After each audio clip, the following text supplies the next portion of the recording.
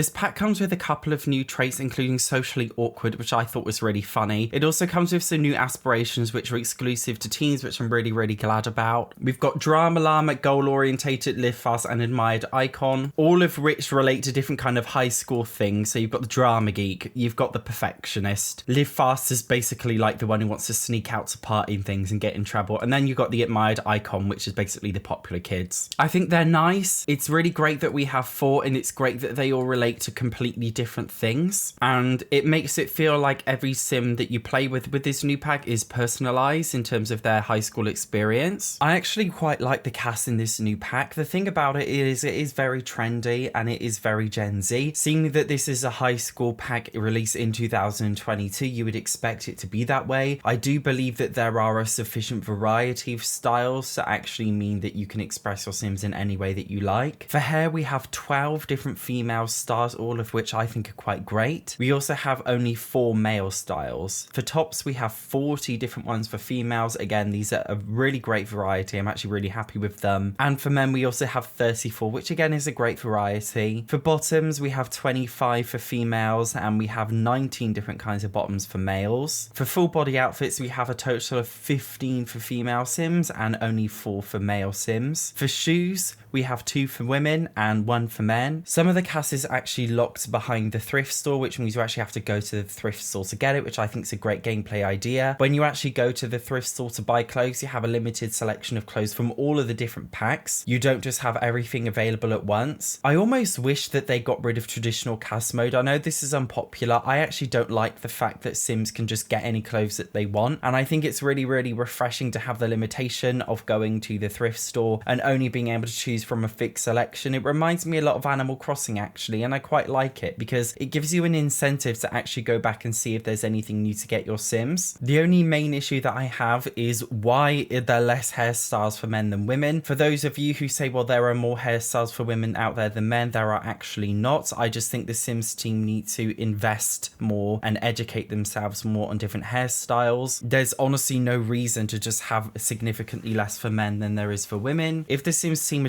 truly stuck on coming up with new meshes for men's hair, then they need to consult with a professional, whether it is a professional barber, hairstylist, whatever. They literally need to speak to somebody professional and get some help. Oh my god, this sounds like an AA meeting. I need help. But the Sims team do need help with male hair meshes because they are bloody terrible at it, which is why we never get any. Considering what we actually got in cast compared to what we've had in previous packs and what we have now, I would give the cast a solid 7 out of 10. So onto the build buy section. Now there has been so much speculation. Can you build a high school? Can you not build a high school? Can you change it? You can build the high school, but only on the high school lot in Copperdale. You cannot change the lot. You cannot move to a different lot in any other world. The high school must be in the Copperdale high school lot and the auditorium too. As long as you have the certain objects that you need, you can basically build the school in any way that you like, which I think is a great win. I think it's a shame that you're limited to the high school lot, especially seeming that the lot doesn't really have anything going for it anyway. The only thing you can do outside of the lot is a cheerleading thing, but there's not really anything going on with that. So it is a real big shame that you can't edit the different lot, but I know there's a modder already out there actually who's made it possible on day one. I think they're still just going through the mod to make sure it works properly, but there will be a mod out for PC players, so you can build a high school anywhere, but unfortunately not for console players. I won't bore you by going through every single build by item, but fundamentally it's a pack full of bedroom stuff. As you see, we've got lots of different beds. Randomly, we have a ton of chairs. Some of the stuff's nice. I quite like this little hammock chair. I think it's a really nice touch. Don't think we've had anything like this in The Sims 4 yet. We've also got like some random desk furniture. We also finally have a couple of new PCs with dual monitor setups and a big monitor, which I think is great. Finally, it's come after a long time waiting. I will say one thing I'm very surprised about is that we didn't get double beds, because teens often, you know, they might have a double bed, especially if they have a bed like this and, you know, they could have like a desk underneath it. I'm really surprised they didn't give us a bunk bed variation of some of these beds, because it could have been implemented so well. I honestly don't know why they didn't. It just feels like one of those Sims 4 things where they came up with the idea, they promised they'd give us more bunk beds, but then they didn't bother to follow through with it. I will say a lot of the furniture stuff is actually quite feminine and girly. There's not like neutral stuff, like gender neutral stuff, or just like masculine stuff. Like, it is very girly. I guess this bed is all right, but you can do with that what you wish. If you like that kind of stuff, that's fine. It honestly didn't come with that much stuff, which I'm really surprised about. Although it didn't come come with that much stuff. I do feel like the stuff that it did come with was good. It did fall short in terms of bunk beds, unfortunately, but I think it did have a very coherent theme. It wasn't just like giving us a random bit of everything. Everything that they gave us was relevant to the pack and the pack theme itself. Therefore, I will give the build buy a 7 out of 10. So we've got a brand new world. It comes with 3 districts, well 2 if you exclude the school. The world itself has the exact same problem with every other world in The Sims 4, which is that you don't know where you can go, because some of the areas, you know, you cannot click on it to enter it, but then other areas you can, and it's not clear why, because The Sims 4 has this very terrible world system where it's half open and half closed, and you can visit some areas but not others. You know, I can visit this lot on the right here, but the one on the left I cannot visit it, and I don't know why. It's not really clear which lots are visitable and which are not. We do have a lot of random places, like maybe I could take my sim to sit down here, maybe I could go to the lemonade stand here, but there's not really any incentive to explore the world or do anything around it, rendering a lot of this set dressing very much useless. The main area of the world advertised in the pack is the pier area. Your sims can do lots of things here. They can go into the Ferris wheel, they can go into the love ride, they can go into the haunted house, they can go and order some ice cream if they want to. It's important to note that all of these experiences are rabbit hole experiences, therefore you don't really get to do anything when you're there. There are 2 new death types. Yes, that's right, I killed off myself and Shanice. They both require you to be a mischievous sim. The first one is doing a stink bomb in school. You can accidentally set a stink bomb off on yourself and your sim will die. The death animation was very lackluster. In fact, I sped through it because I didn't even realize I went through it. Your sim just randomly drops whilst doing a stink bomb in a locker. It's nothing that deep. The next death, which killed off Shanice, was talking about some kind of urban legend. You talk about an urban legend with another sim and then your sim randomly drops, but you don't know why. It's nice to have new death types, but it didn't feel like a new death type because there was no special animation for it really. I just didn't really understand them being there, to be honest. I love deaths in The Sims 4. I've always loved them. It's been an iconic part of the series. It's just these deaths did not feel iconic. One quirky thing I did notice is sometimes when you go on the rides you get pop-ups. When Shanice went on the Ferris wheel, there was a pop-up which said something about scribbling on the wall, and when I made her do it, she was actually banned from the ride. I think it was a really interesting consequence. We don't have much stuff like that. You can swim in the area of sea around the pier, so that is something that you can interact with. The rides can also be used as a woohoo spot. As you can see, I made my sims woohoo in the Ferris wheel. You can also make them woohoo in the photo booth as well. In terms of outside this pier area though, again, there's not really much to do. You know, I can make my sim sit on this bench,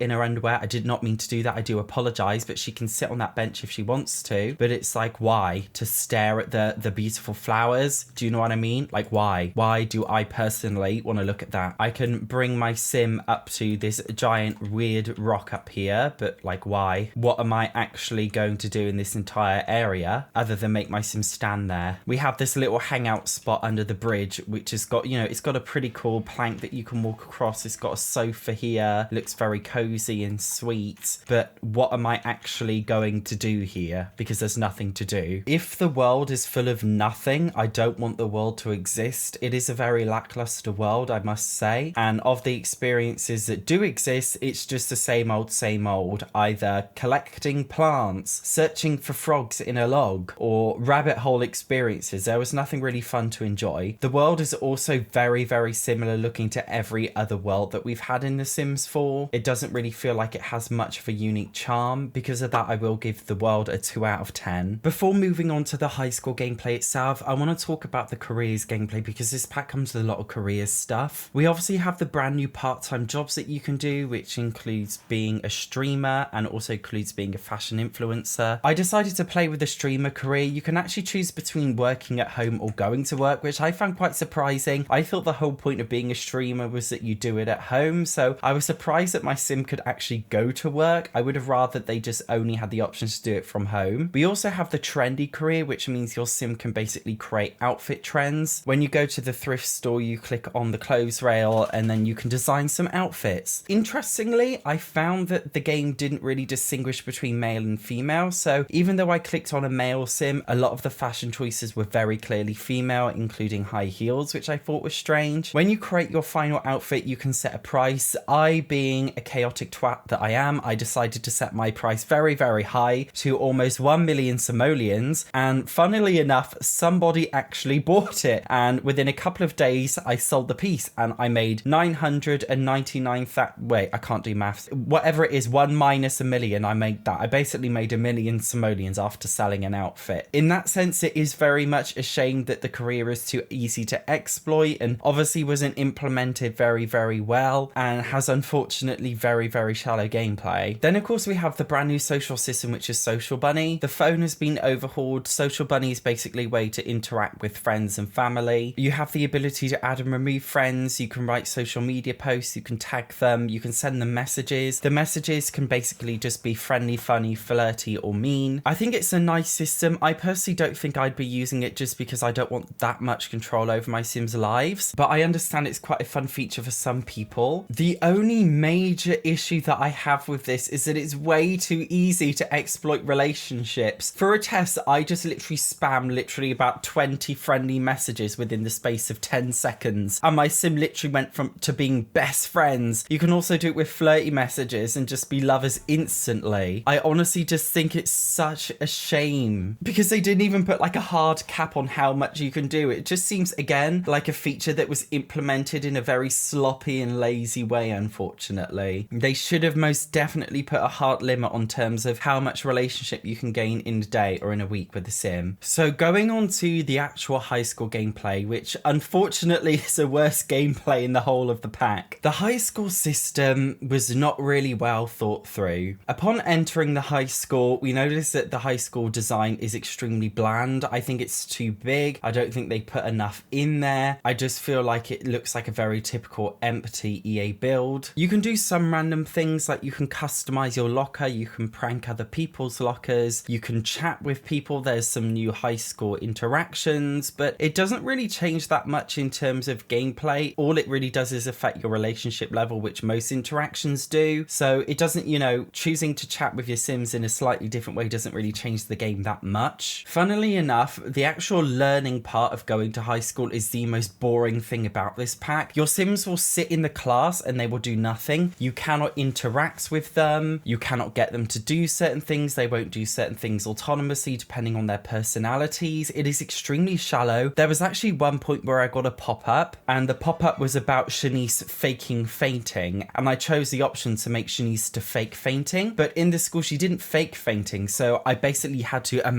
pretend with my imagination that she was actually doing it when she wasn't. I thought it was extremely patronizing and lazy of the Sims team just to not bother putting it in there. There are some random consequences about high school. For example, if you miss a class, you get after school detention or something. But again, it's just kind of shallow. There's not really that much to it. When you go to class, you raise a skill, but that's it. There's been no overhaul to the education system or changing what kind of subjects you can learn or personalizing the experience in any way at all. The actual high school itself, by the way, is completely unusable. You can see we have this entire field here. You cannot use any of this space other than this tiny little space here to practice cheerleading or American football. Other than that, you literally cannot do anything with this space, so it's just a useless empty space, which is a shame. Every now and then we have different events, including sports events, cheerleading events, and other kind of events. But again, you're basically just staring at this little mat, not doing anything. It works in a very similar way to Discover University, although at least in Discover University, they didn't try to make out that there was this big field. They just kind of left it as this small little experience. I feel like they should have done that here. They should have gone either all the way or done nothing. Your Sims can go to after school clubs. I made Shanice go to drama club. Unfortunately, again, it's a rabbit hole experience, so there's not really much you can do there. Again, very lackluster gameplay. Well, no gameplay because you're not playing the drama club. You're just watching your Sims disappear. One really random thing that was disappointing for me is that the Sims team didn't really make any effort to distinguish between teen and adult Sims. At first, I was actually confused that the principal of the school was a principal because I genuinely thought she was another student. Obviously, this is an issue with the Sims 4 base game, but I feel like they should have at least tried to make teens look a little bit different with this pack, but they didn't bother, unfortunately. Of course, we also have the high school prom. The prom is held in the auditorium. My Sim was supposed to arrive to the prom with her date, but he didn't actually arrive with us. Well, he is here. but we didn't arrive together. I would have thought, for example, we would have just automatically been formed into a group together because we are on a date to the prom. Do you know what I mean? The prom event works very similarly to other events in The Sims 4 in that sometimes, and by sometimes I mean like 90% of the time, your Sims don't do what you tell them to do. They stand up, sit down, they walk around, do stupid crazy things all of the time. I also personally found that there wasn't really enough time to do anything. I've tried really hard to go through all the different interactions for the prom and there just hasn't been enough time to go through everything. There wasn't some big announcement made that Sydney became the prom king and that Noah became the prom jester. Like it just kind of happened and I didn't realize that it happened. And the event is very, very short, so you can't really get everything done in the time. Unfortunately, it was a very lackluster event. There is an option to go to an after party. This basically just means going to the pier, so it's not really a party as such. You're not in a group together. So again, it didn't really make much sense. I was only in a group with one other random person, but I wasn't sure why I wasn't in a group with everyone else. The gameplay of this pack also comes with something called Career Day. Career Day is basically where your Sims learn about different careers, but it doesn't actually affect any gameplay in any way. It doesn't make them more or less likely to get a certain career. It doesn't give you hints about what skills you need for a certain career. It's just a completely pointless, shallow bit of gameplay. Unfortunately, I have no B-roll footage to show you of this because on the day that the Career Day was supposed to happen, my game glitched and they didn't actually go to school when they were supposed to go to school. So they missed Career Day. In total, I would say that the gameplay for this pack is incredibly shallow. There's just nothing to do and the things that you can do are meaningless. They're pointless. I have no idea why I'm really doing them. It's a crap pack for gameplay and for that it's getting a 2 out of 10. Interestingly, while recording this view, this Sydney guy, who is a teen as far as I'm aware, has just became the boyfriend of my mum. So my adult Sim, who is female, is actually now in a romantic relationship with a boy called Sydney, who is a teen. So that is paedophilia. So it looks like there is a paedophilia glitch.